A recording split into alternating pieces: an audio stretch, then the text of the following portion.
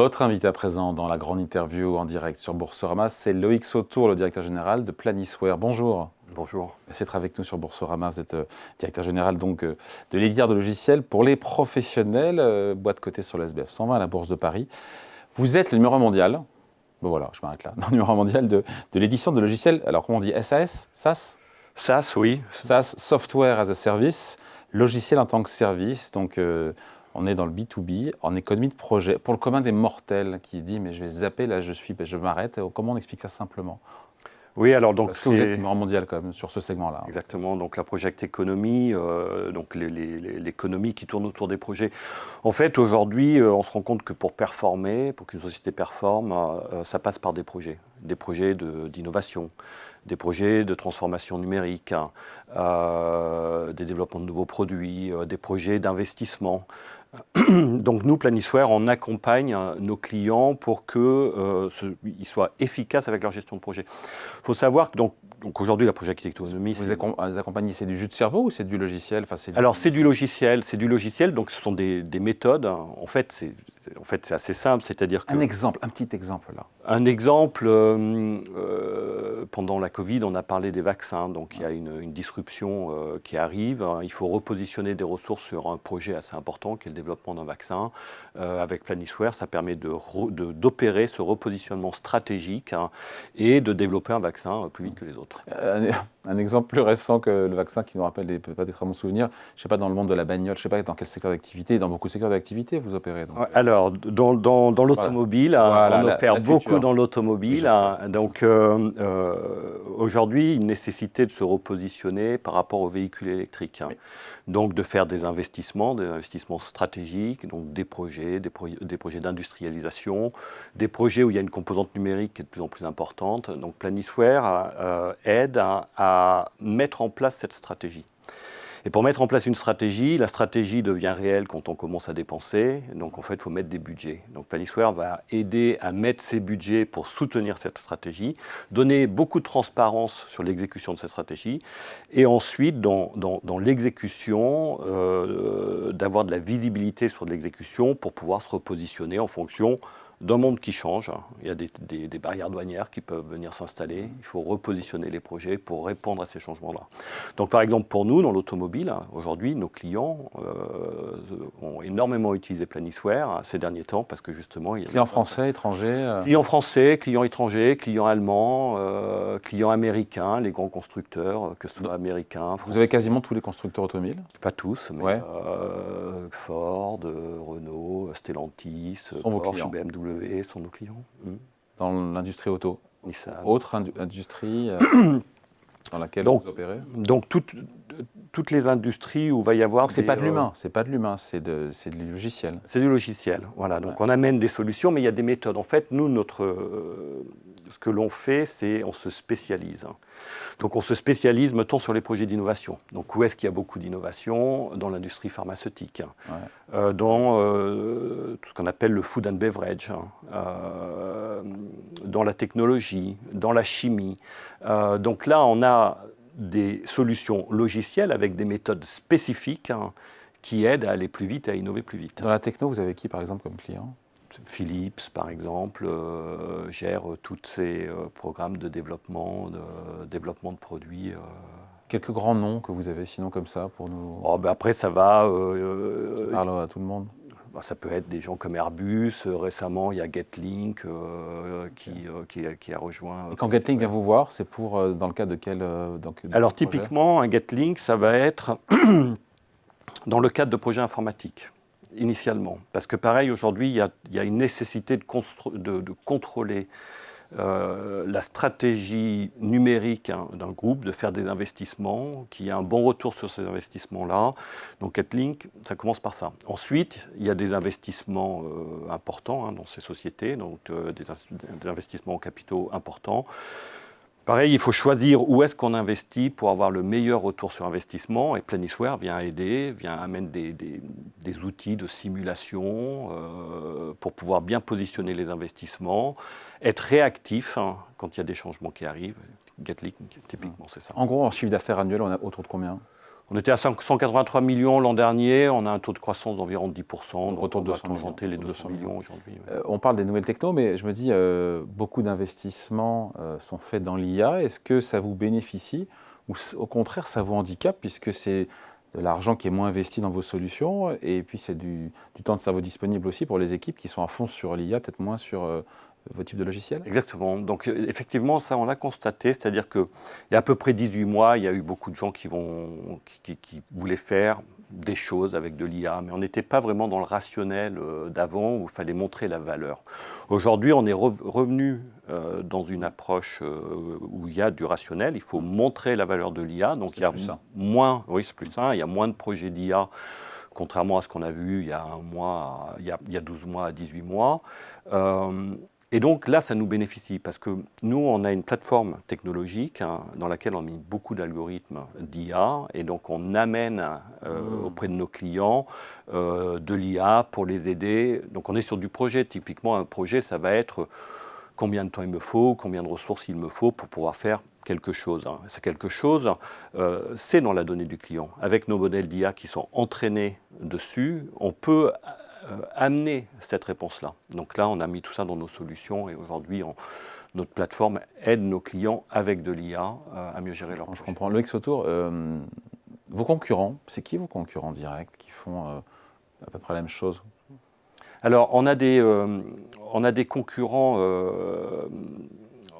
En fait, il y a beaucoup de gens qui ne sont pas équipés aujourd'hui. Donc, ce n'est pas vraiment du concurrent direct, mais il y a les solutions. Donc, très souvent, Excel est utilisé pour gérer des projets.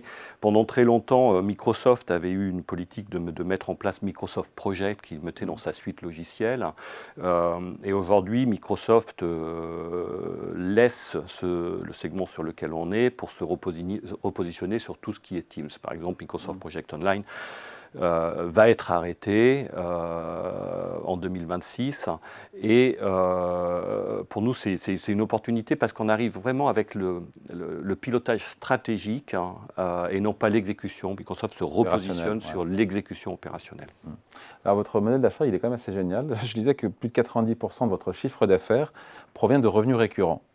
C'est bien ça? Oui, absolument. Donc ça c'est le modèle donc, de souscription et surtout ce qui est intéressant chez nous c'est d'abonnement quoi. D'abonnement, oui. D'abonnement. Ce qui est intéressant chez nous, c'est que pour bien gérer un portefeuille et pour bien gérer les projets qui sont dans ce portefeuille-là, c'est compliqué.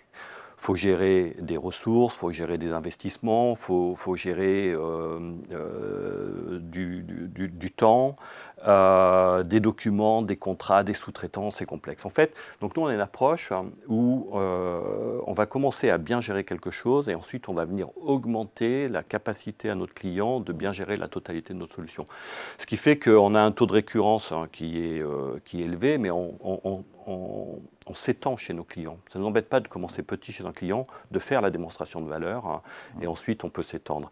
Et comme on est vraiment critique pour les opérations et la stratégie de nos clients, on a un taux de désabonnement qui est moins de 2%. En fait, nos clients sont contents, viennent, mais ils sont contents, ils restent et se développent.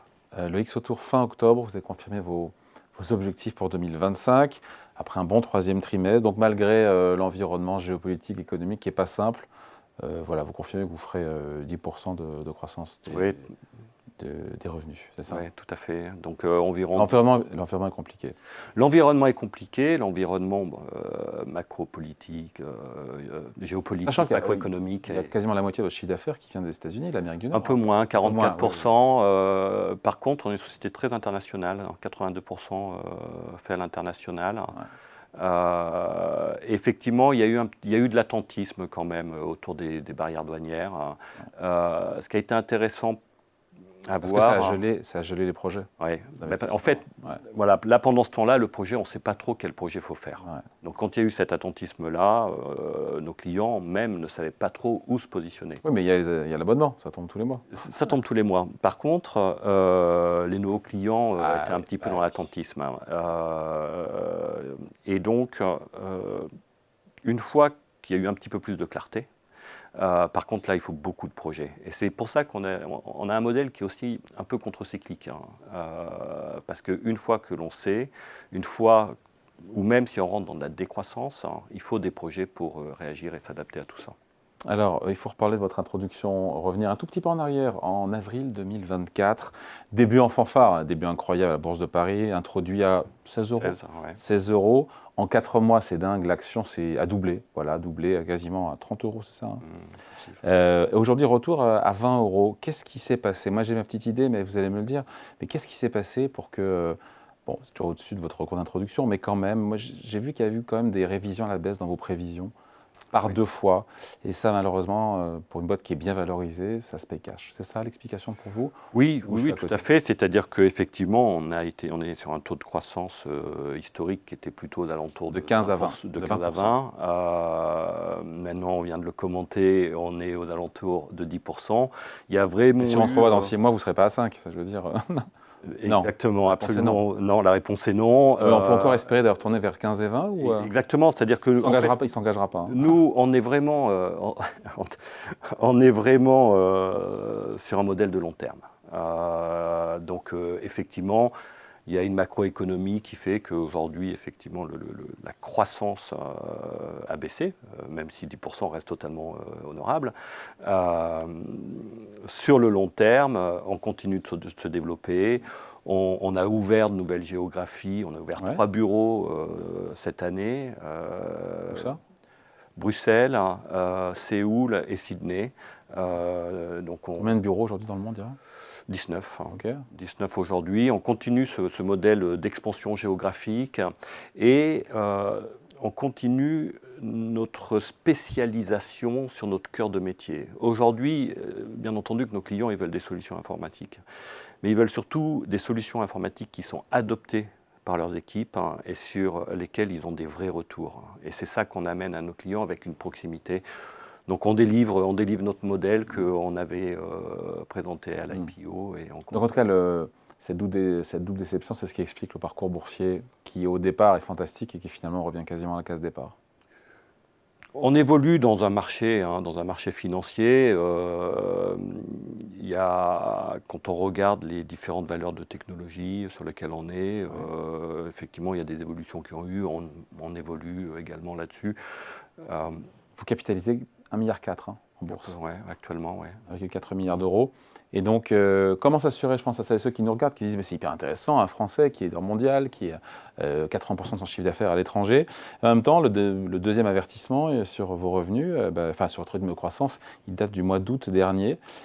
Comment s'assurer que vous ne décevrez plus à l'avenir? Vous serez plus prudent dans vos objectifs ou est-ce que comment s'assurer Oui, il faut bien voir que ces objectifs ont été établis lors d'une introduction en bourse en 2024, qui a été essentiellement travaillée en 2023. Donc effectivement, le monde de 2023 n'est pas exactement le monde que l'on connaît aujourd'hui. Donc la nouvelle normalité, c'est 10% de croissance des revenus? Pas nécessairement, c'est-à-dire qu'il y a eu de l'attentisme et de l'incertitude. Ouais. Il y a eu et il y a toujours.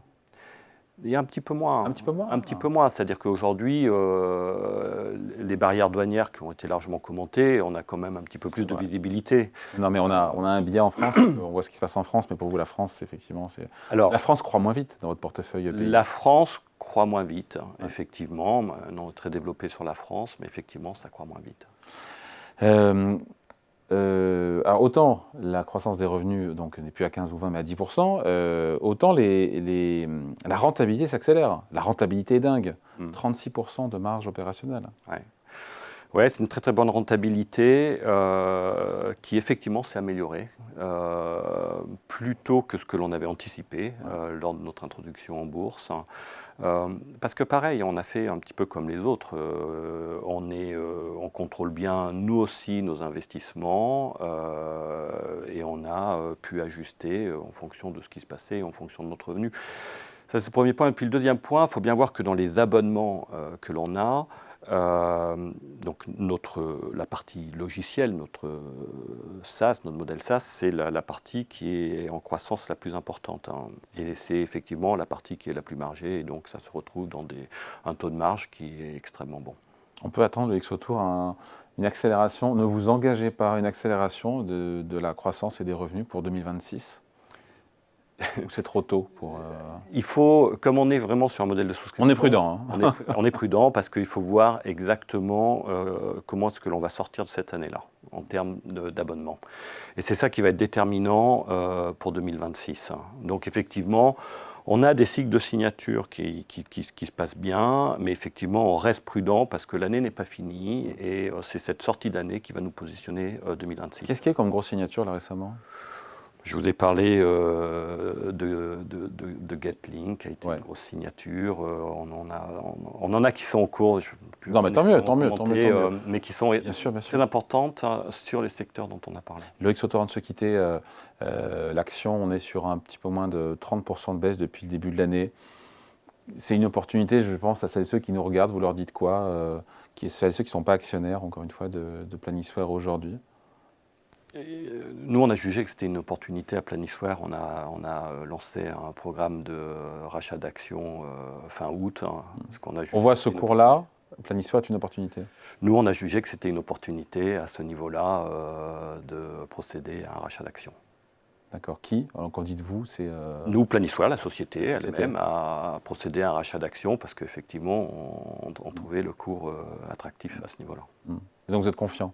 Malgré un PER, j'ai regardé le PER, le ratio cours sur bénéfice, il est quand même à 27. Hein. Oui, on est confiant parce qu'on a un modèle de long terme que l'on déroule. Effectivement, on navigue dans une économie qui est ce qu'elle est, mais on est confiant parce qu'on a une plateforme technologique qui nous amène des produits qui sont fantastiques. On a des équipes à Planisware qui sont extrêmement motivées et talentueuses. Donc oui, on est très confiant sur l'avenir. Allez, merci de passer nous voir. Loïc Sautour, donc le directeur général de Planisware coté sur le SBF 120 à la Bourse de Paris. Merci à vous. À bientôt. Merci.